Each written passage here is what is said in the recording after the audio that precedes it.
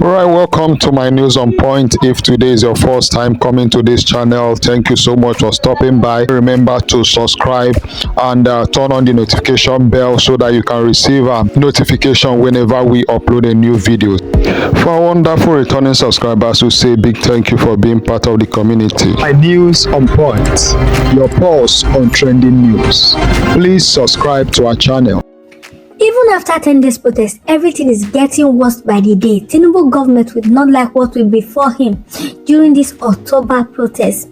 Guys, in this video, Rufai and one guy from the north speaks about the fuel subsidy. And this fuel subsidy is causing more disaster to the society. This time, if Nigeria did not kill Nnpc will kill Nigeria. Nigerians, how far now? Waiting they saw, waiting they happen. In a pattern they kuna shirin 1st October ko? Watan goma ga ranar daya. Kuna shirin zanga-zanga? Hope so now they prepare for 1st October 1 million march for that protest, abi. As it is now, no joy, joy no come but. Imagine say we do protest August from 1st to 10 after the whole lie all those wayo they do us. Show that no one follow us talk, no one follow us reason to reduce fuel price. You know one do an abi. Okay, ma tell now in case you people don't know, 1st October as we start that protest, if una no answer us, now so we go continue they do protest. And to tell you, see, waiting happen for that for this August protest, make you no repeat himself, make you no just repeat himself. Kunaji kwa arewa kupito daga ko ni lungu matasa so pide yara kowa ya pito mami ko ina Abuja moku block that 1st October we no go celebrate, we no dey celebrate anything. Now our independent day, but that day but we go show say we no get joy because normally joy no dey. Yes, no joy because things keep increasing, insecurity still dey come. Mutane sna tamutua enter that's not takura mana ba masuzu agona ba kome de kome. Now so the Nigeria will continue.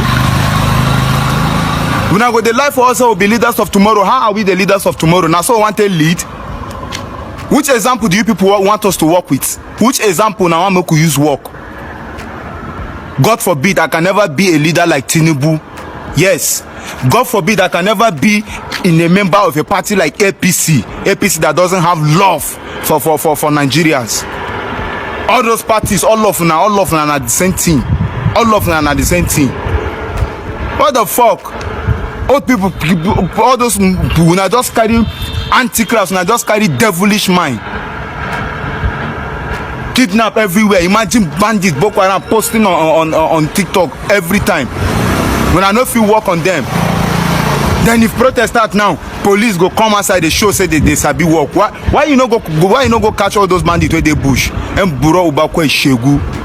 See 1st October, kar ku manta 1st October watan goma ga ranar daya. Da mu yi zangan nan sai lokacin da an ji mu an ga mana abin da muke so. Kuma wallahi ba wai da fara zanga ce wai ku koma ku daina yi kwana kaza rana kaza da sokar da kudin mai da wai kariya ne. Muna cikin zanga da su komai da sokar da komai. Kuna ji kura mana wayo dan an arewan nan wallahi manyan mu na arewa Allah sai ya tsine muku ɗayan bayan ɗaya ɗan bura uba duk ku ga jawo mana wannan abun da haɗin bakin ku na muke shan wahala arewa shegu ɗan bura uba Allah sai ya tsine muku banzaye kai.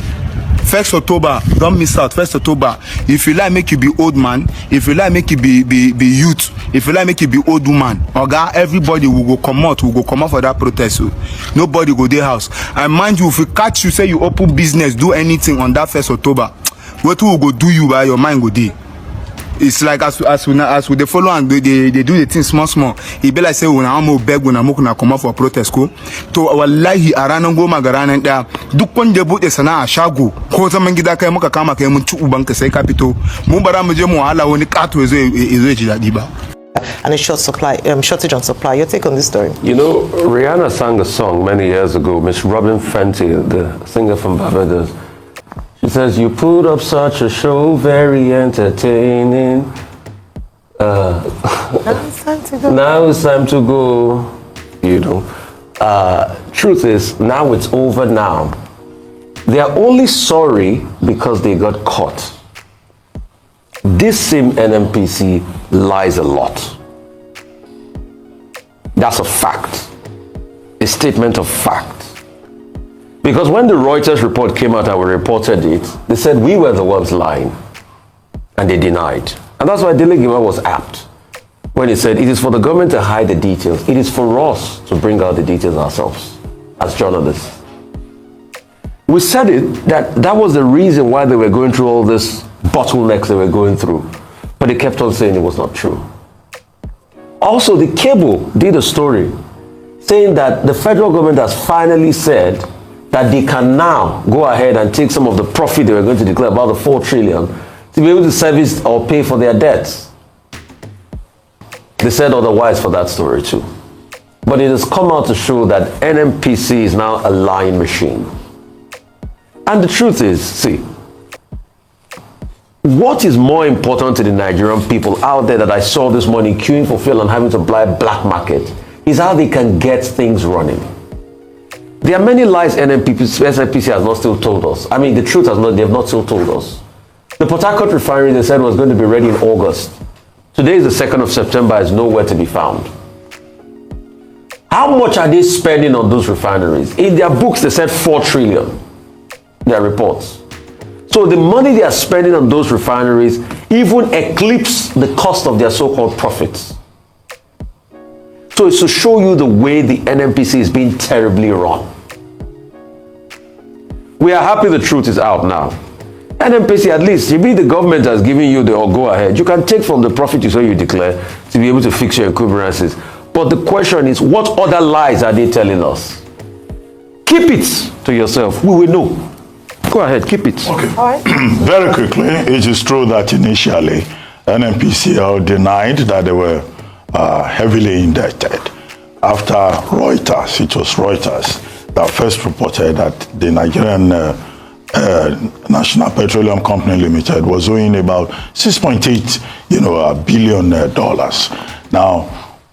Now that Nnpc has admitted, the question you raise is, why did they deny in the first place? Why that initial talk about bad roads, about weather conditions? But I think that the fuel scarcity has remained for so long. The fuel queues have been there for so long. They probably were hoping that they could solve the problem. But now, we have reached a moment where, they had to come clean and say that, look, fuel sustainability in terms of supply and also the queues that you have on the road is as a result of the fact that we are heavily indebted. Not just about, you run business on credit. Now, that's the context. But the question to ask is, what will be the implications? The implication will be that, one, the Nnpc Limited, which is the breadwinner of the Nigerian economy, more or less declaring financial strain. I think that's the phrase that, or financial pressure. That's the phrase that the Nnpc spokesman, Femi Shoneye, used. A technical word that some other people will use is financial bankruptcy. If Nnpc is financially bankrupt, then we're in trouble. It means that, the entire country is in serious trouble. Now, I think that this should be a wake-up call for both the Minister of Petroleum State, I think we have, Minister of Petroleum State, and the President himself, who holds the position of the Minister of Petroleum. Now, what it means, in terms of implication also, is that fuel prices will remain going up. Yes. The fuel queues will remain. And so what you have is a perfect storm situation. People may ask, why is it that Nnpc cannot just pay its debts, its debt obligations? Now, the issue will be that crude oil that we have, 1.3, 1.4 production per day, that is already, that production rate is already committed to debt obligations. So it means that there will be no money that is coming in, even as fine as our crude, Brent crude, which is the finest, crude category within the market. So what we have seen here is a cumulative effect of the crisis in the oil and gas sector. Now, the third point will be, what is the way forward? Now, some people have shown excitement that you have the Dangote refinery, which I understand is now producing at about 70-80%. are producing the highest grade of PMS in the world. But one of the lessons we have learned is that the PMS produced by the Dangote refinery may not necessarily be sold to Nigerians, because there are issues in terms of how much would the Nigerian government buy. How much would the Nnpc buy from the Dangote refinery? So Dangote refinery might as well sell whatever it has, offshore. More so as there is a breach of trust, there is confidence, crisis between Dangote refinery and Nnpc. As part of the solution, in terms of the way forward, I think Atiku Abubakar, a presidential candidate of the PDP, has recommended that the Nnpc should be listed on the stock exchange.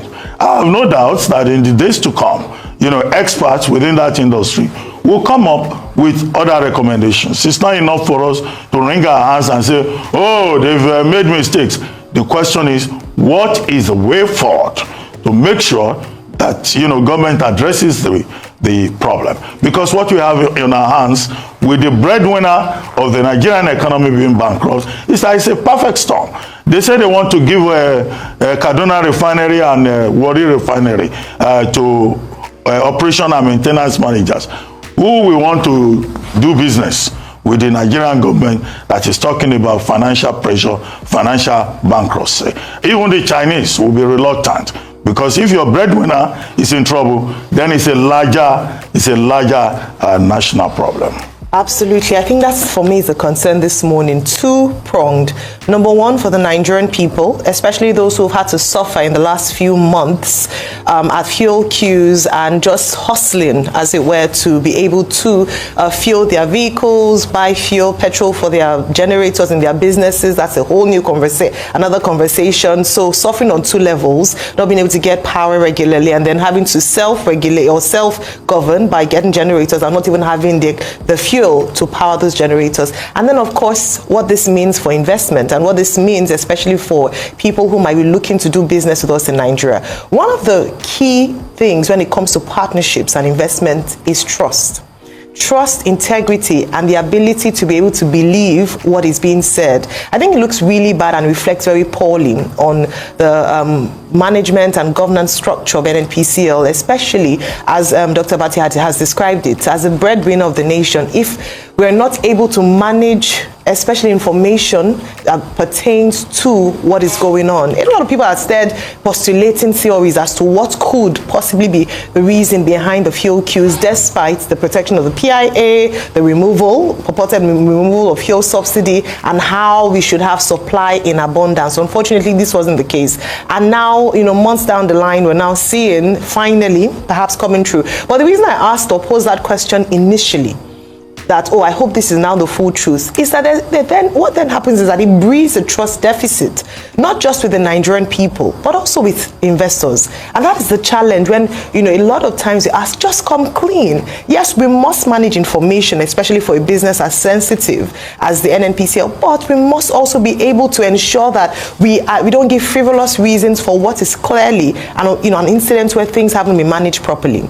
The other part, I think, is that now we must seriously begin to consider if there's any time for non-oil revenue generating aspects of the economy. We must look into other parts like mining, other structures that have been put in place to generate revenue for Nigeria, because obviously it looks like the profits that we're celebrating just a few days before is now going to go into debt. So not only is the GDP to debt ratio in Nigeria at an alarming rate, now our breadwinner is also going to be using most of its profits to service debts. And so those are conversations. I don't think this is in any way the end of the conversation. It just opens up another topic of conversation into what is really going on. That's why I really agree with the position of former Vice President Atiku Abubakar that we transparency, list it so that we can begin to see clearly what is really going on. Thanks for watching. Please support us by subscribing to our channel.